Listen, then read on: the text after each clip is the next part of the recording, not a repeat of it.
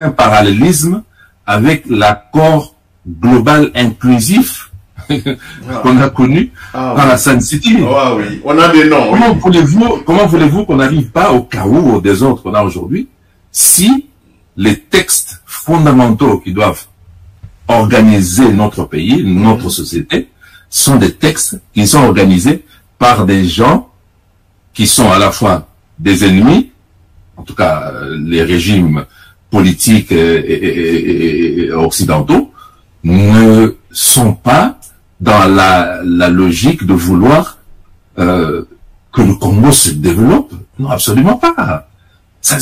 Même dans leurs rêves, ils n'y pensent pas. Absolument. Absolument.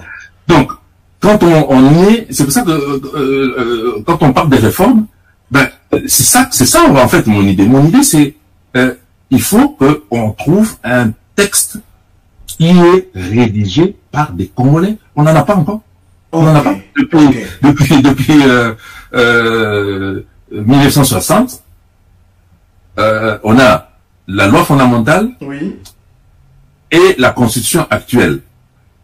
Entre les deux, on a eu les textes constitutionnels de Mobutu. C'est la parenthèse qu'on a eue. Voilà. Mais après, bah, c'est des textes qui ont été rédigés ailleurs. La constitution actuelle, on sait très bien, elle a été rédigée en Belgique. On l'a imposée et le désordre et l'anarchie qu'on a et toutes les absurdités qu'on a aujourd'hui, qu'on peut détailler après, hein, ça vient de là. C'est-à-dire que quand le Belge fait la constitution ou la loi fondamentale, ce n'est pas pour organiser le Congo, il n'a pas intérêt. Non, absolument. Moi, je serais belge, je n'aurais pas intérêt à organiser le Congo. C'est pas mon intérêt. Exactement. Donc, alors pourquoi je donne cet exemple du texte fondamental qui a été rédigé dans l'Empire mandingue en 1100 quelque chose? C'est pour justement rappeler aux Congolais que si nous voulons des réformes, les réformes, nous devons les faire en rédigeant des textes, en organisant le Congo à notre manière, avec notre vision, avec nos réalités, avec... Voilà, c'est ce que font les autres. C'est ce que font les autres. La Corée ne prend pas la constitution de la France pour s'organiser. Les articles, Absolument pas. Tout commence par là. Après, bon, je sais pas si on aura le temps, mais dans les réformes que je souhaite, moi, par exemple, c'est, voilà, que des Congolais rédigent enfin une constitution et que on sorte, parce que cette constitution, elle va nous permettre de sortir dans le piège. Là, maintenant, on est dans un piège. Le piège a commencé le jour où le régime de Mobutu est tombé, Kabila Mouzé arrive, ben, le piège a commencé là. Voilà. Et quand on est parti à Sun City, on a en fait consolidé, on a institutionnalisé ce piège avec la Constitution qui organise tout le désordre, qui organise des choses complètement absurdes. Donc c'est vrai parce que je pense que at the core of our efforts also to preserve the integrity of our country.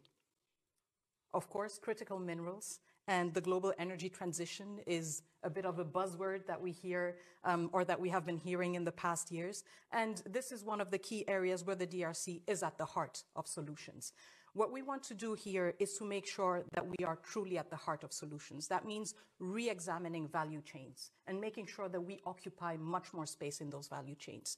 That means that when we have investors, when we engage in partnerships, bilateral, multilateral, public-private partnerships, it is about making sure that we no longer occupy the tiny space of being the place where natural resources are being extracted and taken away from, to being a broader space on that value chain where we add value to the minerals before they leave, where we add value to our human capital, where we add value also to our communities. And so it is a shift to make sure that the DRC is not just the starting point, but also occupies a space in these global discussions on global energy transition. The global energy transition cannot happen without the DRC. And so we will be part of that conversation throughout, not just the beginning, not just the middle, also the end. When it comes to other aspects, such as environmental issues, again, these are things that we all know. The Congo Basin Forest that is basically the second lung of the world, means that we occupy also a key role and a key position when it comes to global climate change and how we want to tackle these challenges. It means that the DRC also has to be more assertive when we engage in conversations with different stakeholders. We have the COP coming up in a few days or in a few weeks in Baku. And this is about the DRC also stepping its game up and saying we are contributing to reducing global emissions because of our natural endowment. What does that mean in a context where you have industrialized nations that are polluting much more? How do we make sure that we have an equal footing? That does not mean that for the sake of the totally legitimate worry of making sure that we manage climate change in a more sustainable way, we do not sell ourselves short. And most importantly, we do not sell the history or the potential